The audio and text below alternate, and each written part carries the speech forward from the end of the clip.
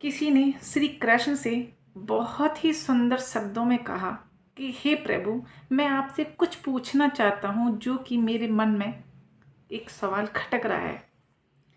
जब श्री कृष्ण ने कहा कि बोलो बस क्या पूछना है, तो उन्होंने कहा कि सारी पीड़ाएं, सारे दर्द एक प्रेमिका के जीवन में क्यों प्रभु?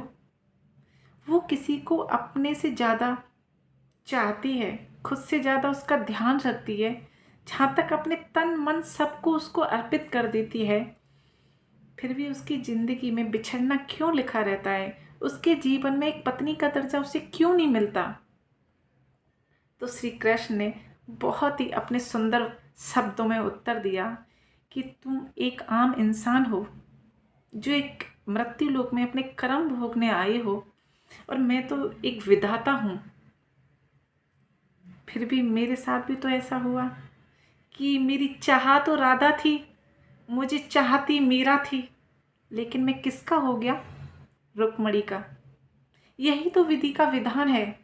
इसलिए कहते हैं कि वक्त से पहले और भाग्य से ज़्यादा कभी किसी को नहीं मिल सकता। जो तुम्हारे भाग्य में है उसे कोई छीन नहीं सकता, वो मिलकर ही रहेगा।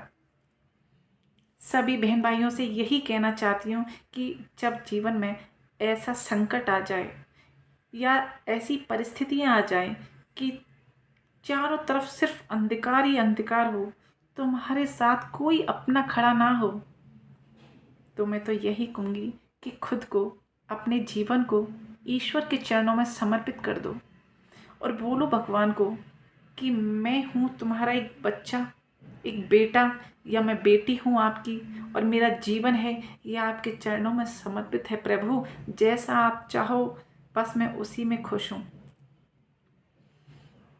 माँ बाप कभी बच्चे का बुरा नहीं चाहते, वो उसके उज्जवल भविष्य की कामना करते हैं हमेशा। तो ईश्वर हमारे परम पिता हैं, माँ भगवती हमारी माँ है, तो माँ बाप तो कभी गलत नहीं चाहेंगे। हम बहुत उदास हो जाते हैं। मैं कोई किताब से पढ़कर नहीं बोल रही हूँ, मेरे जीवन में जो घटित हुआ है उसके आधार पर बोल रही हूँ, और मैंने जो ईश्वर के सामने खुद को समर्पित किया है उसके आधार पर बोल रही हूँ। जो मेरे साथ घटित हुआ है, जो भगवान ने मेरे साथ किया है, मैं उसके आधार पर बोल रही हूँ।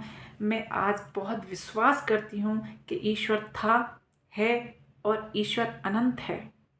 उसका ना कोई शुरुआत है ना कोई अंत है। ईश्वर से बड़ी शक्ति और कोई क्या हो सकती है? जब हमारे जीवन में हमें कुछ नहीं मिलता तो हम बड़े उदास हो जाते हैं, टूट जाते हैं, बिखर जाते हैं, रोते हैं। लेकिन सोच कर देखो, सकारात्मक सोचो कि ऐसा भी तो हो सकता है कि जो हम मांग रहे हैं वो हमारे लिए उचित ना हो।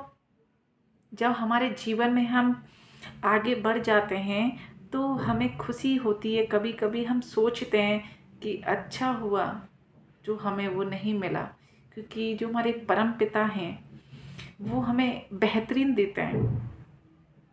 वो हमारा अच्छा बुरा जानते हैं कि हमारे लिए क्या अच्छा है क्या बुरा है।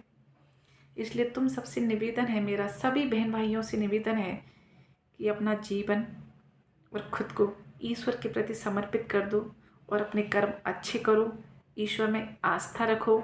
सब कुछ अच्छा होगा। जब हम किसी के साथ बुरा करने की भावना नहीं रखेंगे तो हमारे साथ कैसे बुरा कर सकते हैं भगवान?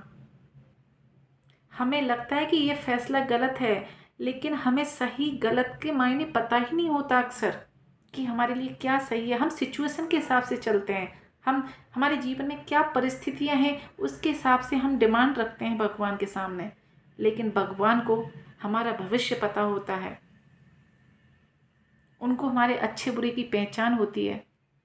जैसे हमारे स्मृति लोक में हमारे माँ बाप हमें डांटते हैं, फटकारते हैं, कभी हम कुछ गलत काम करते हैं तो डांट लगाते हैं, ऐसे ही ईश्वर दुख देते हैं हमें। जब हम कुछ गलत करने को होते हैं तो हमें दुख देते हैं, और दुख में ही ईश्वर को याद किया जाता है। सुख में तो अक्सर लोग याद ही नहीं करते भगवान को। इसलिए ईश्वर पर भरोसा रखें, अपने कर्मों पर भरोसा रखें, अच्छा कर्म करें, अच्छा होगा। अपने जीवन का निर्णय ईश्वर के ऊपर छोड़ो कि वो जो अच्छा करेंगे वो जो सोचेंगे सब कुछ अच्छा होगा। हमारा क्या है, हमारा सिर्फ एक काम है, वह सिर्फ कर्म करना। हमें सिर्फ कर्म करना है, फल की इच्छा नहीं करनी है। मैं अपने ऊपर सोच के बोल रही हूँ क्योंकि मेरे साथ अच्छा हुआ है। मेरे एक टाइम ऐसा आ गया था कि मुझे ये जीवन ही अच्छा नहीं लगता था, लेकिन आज सब कुछ अच्छा है भोलेनाथ की कृपा से, मेरी माँ भगवती की कृपा से। जय माता दी। हर हर महादेव। जय श्री कृष्णा। जय श्री राम। हर हर महादेव सभी दोस्तों को।